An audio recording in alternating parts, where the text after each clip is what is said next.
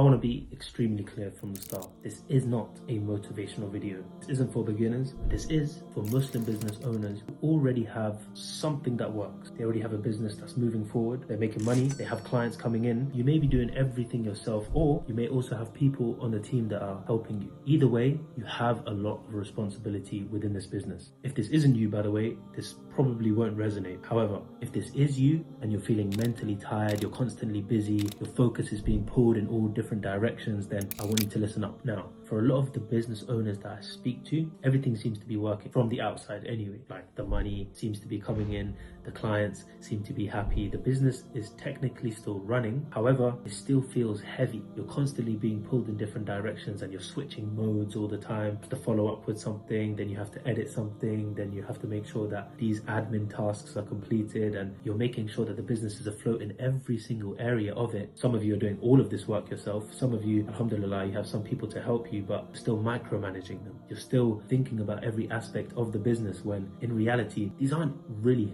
difficult things to do. However, it's demanding all of your attention, and your focus getting pulled in different directions is what leaves you tired at the end of the day. The annoying part is that not all of this requires your attention. However, you're still the one that's carrying all of this out. And most people get this wrong. They think it's a motivational issue. They think it's a discipline issue. They think it's laziness. Definitely not laziness. Look, at the start of the business, doing everything yourself, it makes sense. You should be close to everything. However, it comes to a point where micromanaging every single aspect of your business starts to become inefficient. And instead of it being something that progresses your business, it starts to become the bottleneck. What's happened here is that your business has outgrown your role.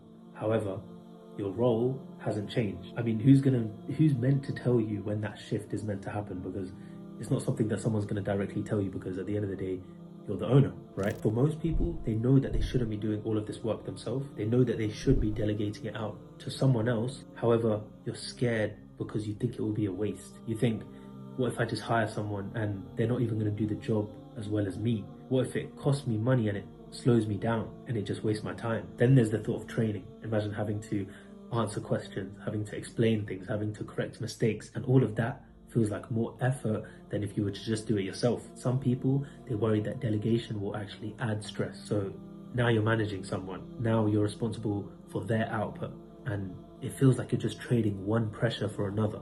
And then there's the thought of someone leaving. Imagine you put all your time and energy into this person and they just leave anyway. All of these fears, all of these doubts, they make sense. And if you've tried outsourcing in the past and it didn't go well, this fear is probably reinforced. Here's what most people don't consider though. Avoiding delegation also has a cost linked to it as well. This isn't financial, but this is mental. Your business constantly occupies your brain, and this is taken away from your family, this is taken away from your health, and this is taken away from your ability to be present. But as Muslims, we know that the purpose of life isn't our business. Instead, it should be a tool. It should be a way for us to facilitate our way to Jannah, inshallah. But it's meant to support your life and deen, not meant to replace them. Your time and your focus are things that you should be responsible for. These are things that you are trusted. What we've learned is that delegation doesn't fail because people are bad. Delegation fails because the systems and the processes used aren't designed in a way to protect the owner's focus. This is when roles are unclear.